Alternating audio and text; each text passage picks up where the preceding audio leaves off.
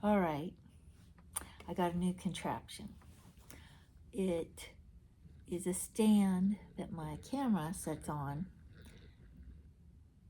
and it's supposed to follow me when I move and show you what I'm working on so I don't have to adjust it by hand, but it's a little bit not where I want it to be. Okay, so might have to work with it a little bit. Anyway, I moved to this section, and it doesn't want to follow, it wants to follow my face. That's what the deal is, and so it's not working the way I want it to. Anyhow, I'm trying to finish my block up. I still have a little bit to go. I have one butterfly to finish, and a couple lines on my printed squares to finish up, and I also have my stitch in the ditch lines to finish. This camera moves around too much. I think it's a little bit, the stand isn't what I thought it was going to be. So I don't know if I'm going to keep using it. It was given to me to try out, and I'm not liking it very much. So I'm not sure I'm going to keep using it. It's okay if I sit still, but when I'm moving around, it wants to follow my face. And so then if I want to show you my quilt, it's not finding my face. So then it's not like practical for what I'm doing, which I, wasn't aware of that until I started using it. And this is the first time I'm using it. So, here I am again with my little needle puller. I am in my ditch stitching, and it got stuck, which it does a lot in my ditch area. And so I have to have help. And so I use my little green needle grabber, and that way it's easier for me to pull it through. So, like that. So I don't strain my thumb and finger as much, because it does want to put a little bit of strain on my thumb and finger when I'm trying to pull it through a tight area, like the ditch area where there's more material, and so you have a harder time pulling it through. So my little green needle puller is very helpful for that.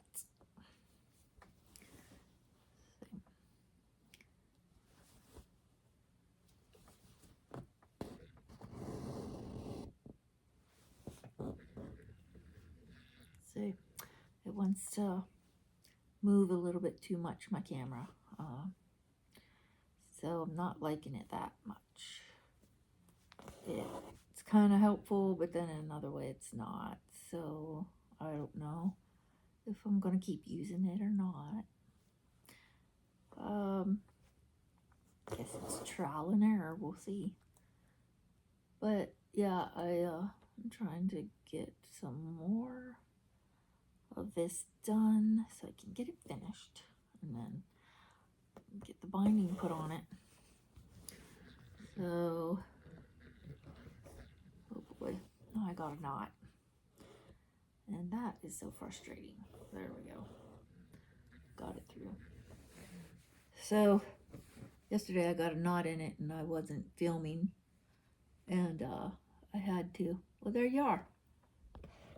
It's not even following me. I got a knot, and I had to tie it off and cut it because I couldn't get the knot out, and that is even more frustrating. So yeah, you just have to learn how to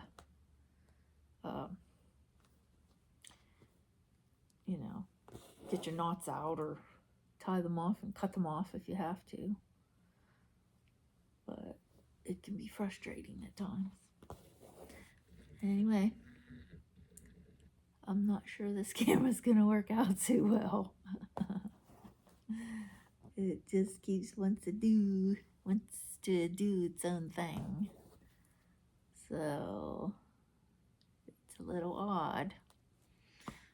You know, it watches me and it says it watches you and your hands, like your face. And I don't know why it wants to move when it really shouldn't be moving. So, I almost got my, length of my ditch quilted here. So I'm going to keep working on this as much as I can. Yesterday I worked on it about an hour and my hands started hurting, so I had to quit. But if I give my hand a rest, then I can quilt a little bit more, but I can't quilt as long as I used to. Maybe that's my problem. I overused it, you know, for so long. So then I irritate the tendons in my hand and they hurt. And then I just have to give them a break, like everything else. You get old, you gotta give yourself a break. So I'm at 6 minutes. It goes fast. My internet's so slow. I just have such a long time loading my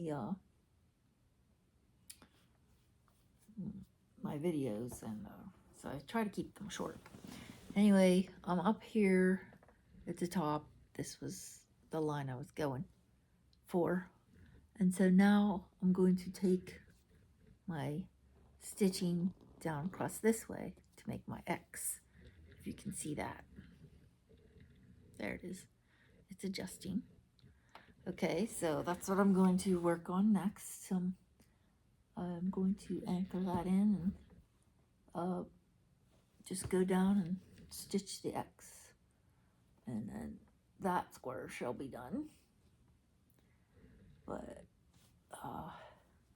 sometimes you can continue on with your quilting. When you are done with one section, you can move it on to the next without tying off your thread.